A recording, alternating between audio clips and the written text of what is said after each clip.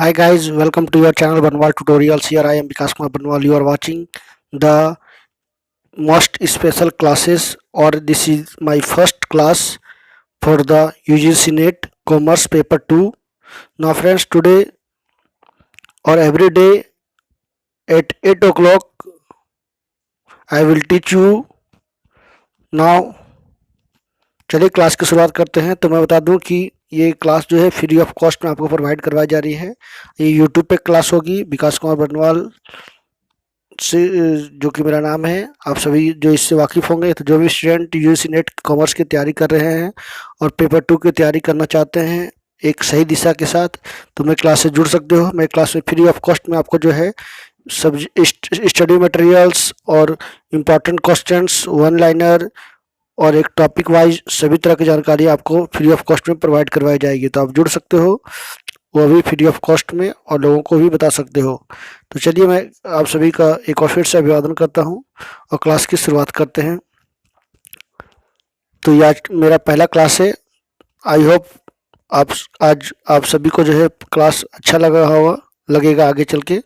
तो चलिए शुरू करते हैं आज का पहला क्लास को। तो फटाफट चैनल को सब्सक्राइब कर दीजिए, लाइक कर दिए जो भी स्टूडेंट नए हो, और बेल आइकन प्रेस कर दिए ताकि ऑल कांटेंट नोटिफिकेशन मिल सके। चलिए आज का पहला सवाल की ओर कुछ करते हैं। तो एवरीडे 10 क्वेश्चन दिए जाएंगे। तो ग्रेच्युटी भुगतान अधिनियम को कब लागू किया गया? तो कब लागू किया गया? तो अब ऑप्शंस 1980, 1980 में, 1960 में, 1972 में, 1970 में। तो कब लागू किया गया आप सभी को पता है, तो 1972 में, है ना। ग्रेच्युटी भुगतान अधिनियम यानी ग्रेच्युटी पेमेंट एक्ट को 1972 में इसको लागू किया गया था देश भर में। चलिए नेक्स्ट क्वेश्चन की ओर बढ़ते हैं। भारत में निजीकरण की व्यवस्था कब लागू हुई? तो सभी लोगों को पता है, जब प्रधानमंत्री हमारे फॉर्मर इकोनॉमिस्ट इंडिया के डॉक्टर मनमोहन सिंह जब वित्त मंत्री थे तभी हुआ था। उन्होंने ही जो है ग्लोबलाइजेशन, प्राइवेटाइजेशन की ओर रुख किया था। तो 1991 को जो है देश में लागू किया गया, यानी प्राइवेटाइजेशन को और लिबरलाइजेशन, प्राइवेटाइजेशन, ग्लोबलाइजेशन और लिबरलाइजेशन को जो है उन्होंने दी थी, आगे बढ़ाया था। भारतीय अनुबंध अधिनियम कब लागू हुआ, यानी कॉन्ट्रैक्ट एक्ट कब लागू हुआ? तो सभी को पता है कब लागू हुआ, तो ये 1872 में लागू हुआ है।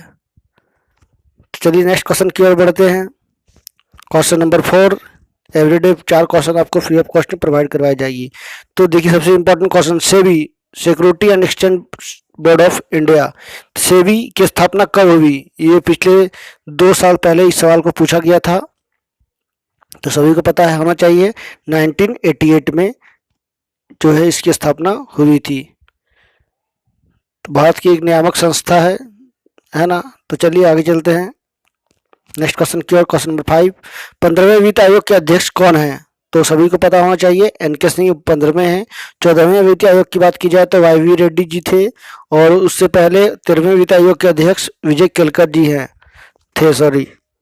तो ये काफ़ी इंपॉर्टेंट सवाल, जो कि इसमें 3 सवालों का जवाब आपको देखने को मिला है। तो चलिए नेक्स्ट न्यूज की ओर, क्वेश्चन की ओर बढ़ते हैं। क्वेश्चन नंबर 6 की ओर, भारत का पहला डिजिटल पेमेंट बैंक कौन है? तो TCS, Airtel payments bank, Paytm payments bank और इंडिया पोस्ट पेमेंट बैंक। ऐसे तो बहुत सारे अभी आ गए हैं। तो पहला कौन है? तो टीसीएस है। टीसीएस की बात की जाए तो 23 सितंबर 2013 को इसको लागू किया गया था, इसकी स्थापना, इसकी शुरुआत की गई थी। उसके बाद एयरटेल पेमेंट्स बैंक आया है, अभी भी चल रहा है, काफ़ी एक्टिव है ये।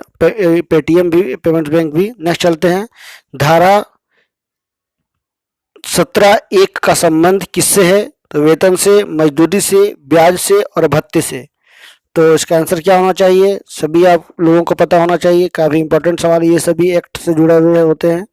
तो वेतन से, है ना, यानी पहला ऑप्शन ए जो इसका आंसर होगा, वेतन से। तो चलिए नेक्स्ट क्वेश्चन की ओर। क्वेश्चन नंबर 8, साझेदारी की परिभाषा को भारतीय साझेदारी अधिनियम 1932 के तहत किस धारा में दिया गया है? तो किस धारा में दिया गया है, तो बताइए।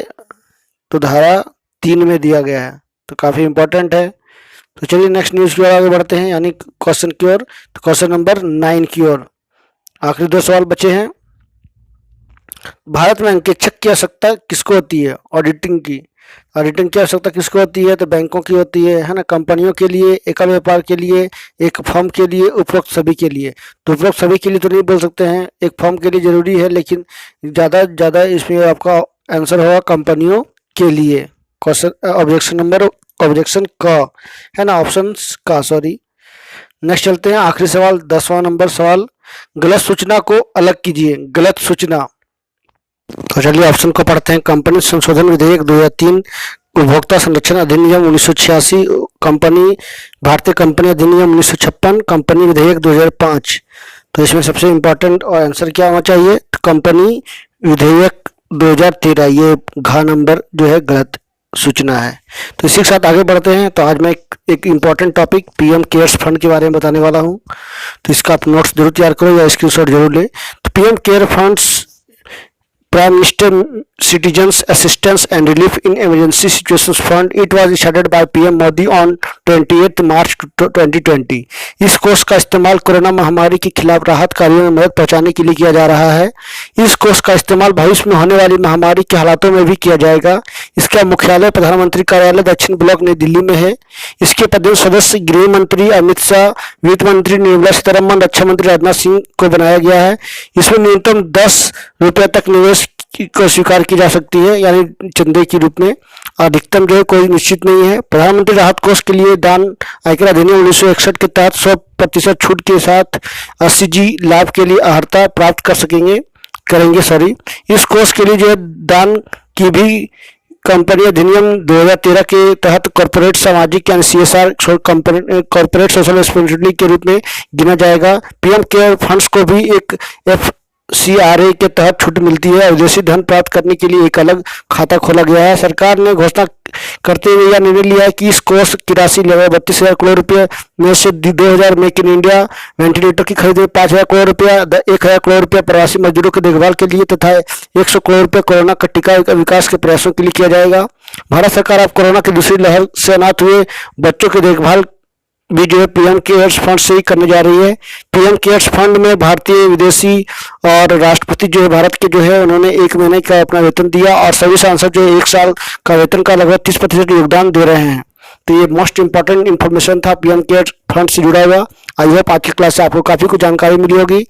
तो चलिए नेक्स्ट वीडियो के साथ, नेक्स्ट क्लास साथ में फिर मिलूंगा। तो कल के 8 बजे फिर मिलते हैं। तो तब तक के लिए नमस्कार। सब आखिर जाते जाते एक बार फिर से रिक्वेस्ट करूंगा कि आप मेरे चैनल पर नए हो तो जरूर सब्सक्राइब कर लेना, बेल आइकन प्रेस कर देना ताकि और कांच नोटिफिकेशन मिल सके। और जो भी विद्यार्थी UGC नेट कॉमर्स पेपर की तैयारी कर रहे हो तो मैं क्लास में आप ज्वाइन कर सकते हो, फ्री ऑफ कॉस्ट में, कोई चार्ज नहीं लग रहा है और ये बिल्कुल ही फ्री है। तो जो भी स्टूडेंट गरीब हैं, जो तैयारी नहीं कर पा रहे हैं, अपना सही दिशा नहीं मिल पा रही है, तो मेरे क्लास से जुड़ करके अपना सुधार सकते हैं।